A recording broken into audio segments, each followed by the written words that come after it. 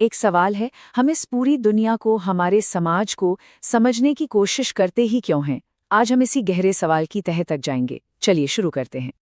आज की दुनिया को देखिए, चारों तरफ चुनौतियां ही चुनौतियां हैं। कहीं देशों में टकराव चल रहा है तो कहीं पर्यावरण पर जबरदस्त दबाव है। और टेक्नोलॉजी तो इतनी तेजी से बदल रही है कि कुछ समझ ही नहीं आता। ऐसे में ये सोचना कि आखिर हो क्या रहा है, बहुत मुश्किल लगता है। पर इन्हीं चुनौतियों के बीच में ही छिपी हैं कमाल की संभावनाएं भी।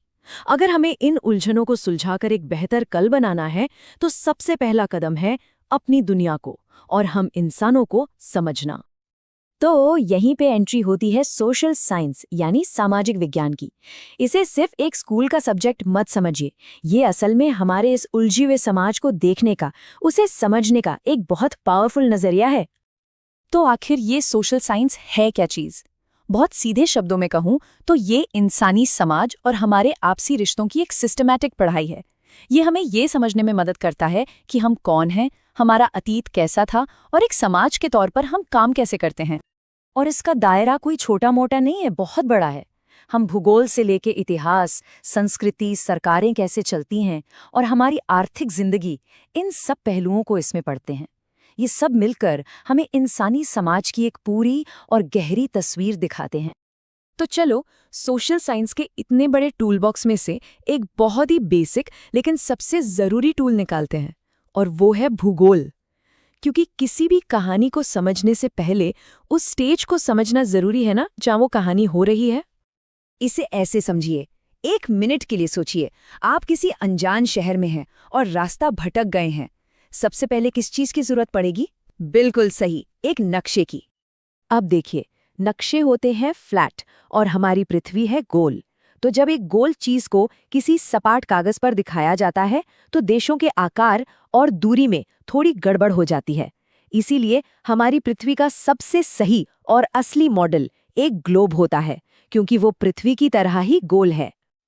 लेकिन चाहे नक्शा हो या ग्लोब, उसे पढ़ने के लिए ना बस 3 चीजें समझनी होती हैं।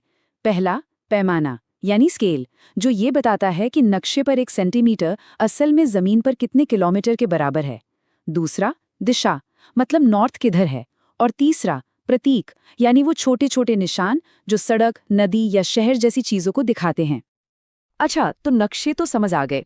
अब उससे भी एक कदम आगे बढ़ते हैं और उस सिस्टम को समझते हैं जो पूरी दुनिया में किसी भी जगह का पिन पॉइंट एड्रेस बताना मुमकिन बनाता है।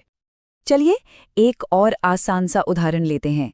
मान लीजिए आप एक बहुत बड़े मार्केट में हैं, जहां दुकानों की लाइनें लगी हुई हैं। अगर किसी दोस्त को एक खास दुकान पर बुलाना है, तो उसे कैसे समझाएंगे? आप क्या कहेंगे? शायद यही कि 5वीं लाइन में 7वीं दुकान पर मिलो। बस, ये जो आपने बताया ना, यही तो कोऑर्डिनेट सिस्टम है। आपने 2 पते दे दिए, लाइन नंबर 5 और दुकान नंबर 7। ये बिल्कुल शतरंज के खेल जैसा है। यही सिंपल सा आइडिया पूरी पृथ्वी पर काम करता है। हमारी पृथ्वी पर भी बिल्कुल ऐसा ही एक जाली जैसा सिस्टम है, जिसे हम कहते हैं अक्षांश और देशांतर, यानी लैटिट्यूड और लॉन्गिट्यूड। लैटिट्यूड मतलब लेटी हुई लाइनें। ये बताती हैं कि कोई जगह इक्वेटर से कितनी उत्तर या दक्षिण में है। और लॉन्गिट्यूड मतलब लंबी यानी खड़ी लाइनें, जो बताती हैं कि कोई जगह पूरब में है या पश्चिम में। और ये सोचना कि पृथ्वी गोल है, ये कोई आज की बात नहीं है। हमारे महान खगोल शास्त्री आर्यभट्ट ने ये बात आज से लगभग 1500 साल पहले ही कह दी थी।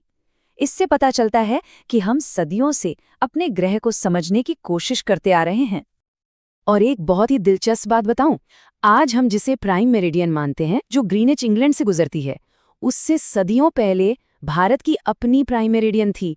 और ये उज्जैन शहर से होकर गुजरती थी, जो सदियों तक खगोल विज्ञान का एक बहुत बड़ा सेंटर रहा।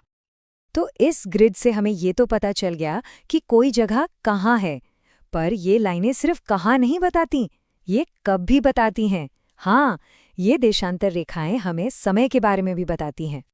ये काम कैसे करता है? बहुत सिंपल है। सोचिए, पृथ्वी जब एक पूरा चक्कर काटती है तो कितना घूमती है? 360 डिग्री। और इस एक चक्कर को पूरा करने में उसे टाइम कितना लगता है? 24 घंटे। तो अब बस सिंपल सा हिसाब है, 360 को 24 से डिवाइड कीजिए। कितना आया? 15। मतलब पृथ्वी पर हर 15 डिग्री देशांतर घूमने पर समय में 1 घंटे का फर्क आ जाता है। और बिल्कुल इसी वजह से भारत का जो स्टैंडर्ड टाइम है, जो 82.5 डिग्री पूर्वी देशांतर पर सेट है, वो ग्रीनविच मीन टाइम यानी जीएमटी से ठीक 5.5 घंटे आगे चलता है। मतलब कमाल की बात यह है कि वही अदृश्य लाइनें जो हमें बताती हैं कि हम कहाँ हैं, वही हमारे समय को भी तय करती हैं। जगह और समय एक दूसरे से बहुत गहराई से जुड़े हुए हैं। तो ये सब हमें सोशल साइंस के उसी पहले सवाल पर वापस ले आता है। नक्शे पर बनी ये लाइनें हैं तो काल्पनिक है ना, पर ये हमारे व्यापार, हमारी यात्रा, हमारी पूरी दुनिया को चलाती हैं। अब जरा सोचिए, हमारे समाज में ऐसी और कौन-कौन सी अदृश्य चीजें हैं, जैसे हमारे कानून, हमारी परंपराएं, हमारी अर्थव्यवस्था, जो हर रोज हर पल हमारी जिंदगी को इसी तरह दिशा देती हैं।